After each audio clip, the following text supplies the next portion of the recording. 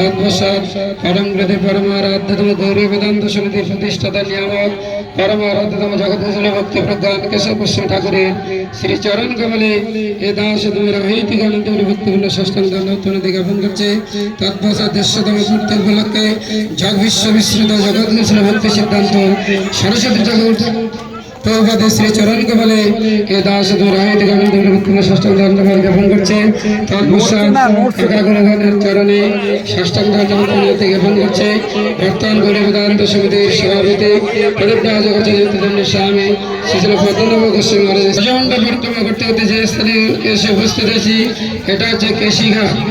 ভগবান শ্রীকৃষ্ণ অনেক লীলা করেছেন, বহু লীলা। এই পাশে দেখছেন যমুনা নদী, কালিয়া লীলা, বহু লীলা ভগবান এই বৃন্দাবন ধাম ব্রজমণ্ডলে করেছিলেন।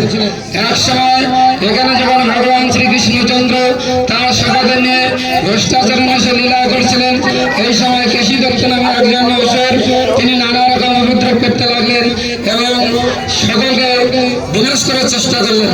তখন মধুমঙ্গল বলছে, হে কৃষ্ণ, তোমার যে পোশাক আছে তুমি পোশাকটি আমাকে দাও, আমি জানি তোমার পোশাকের মধ্যে শক্তি, আমি তোমার এই পোশাক পরে আমি এই কেশী দত্তকে নিধন করবো। তখন ভগবান কৃষ্ণচন্দ্র বানাই তার পোশাকখানি দিয়ে দিলেন। সেই পোশাক মধুমঙ্গল পরে সেই কেশী দত্তের সঙ্গে যুদ্ধ আরম্ভ করলেন। কিন্তু যুদ্ধ করতে গিয়ে তিনি আর পেরে উঠতে পারলেন না।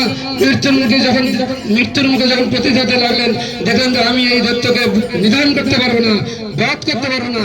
তিনি পুনরায় পালিয়ে কৃষ্ণচন্দ্রের কাছে আসলেন। হে কৃষ্ণচন্দ্র, আমি ভাবছি তোমার পোশাকের মধ্যে জাদু, না না তোমার অসংখ্য শক্তি, আমি আর পরে উঠতে পারছি না, তখন তোমার পোশাক তুমি নিয়ে নাও। সেই পোশাক কৃষ্ণচন্দ্র পোশাক ফিরে দিলেন।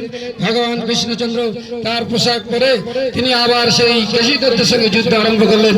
পরে সখাদের অবশ্য ব্রজবাসীগণকে রক্ষা করে সেই কেশী দত্তকে বধ করেছিলেন। বধ করে তিনি এই যমুনার ধারে তিনি এখানে হস্ত প্রক্ষালন করেছিলেন, হাত দিয়েছিলেন। এই জন্য নাম কেশী দত্ত নামক অসুরকে বধ করার জন্য ভগবান কৃষ্ণচন্দ্রকে এনে হাত দিয়েছিলেন বলে এই নাম হলো কেশিঘাট। জয় কেশিঘাট কি, ভগবান কৃষ্ণচন্দ্র কি। আর একটা বলছি।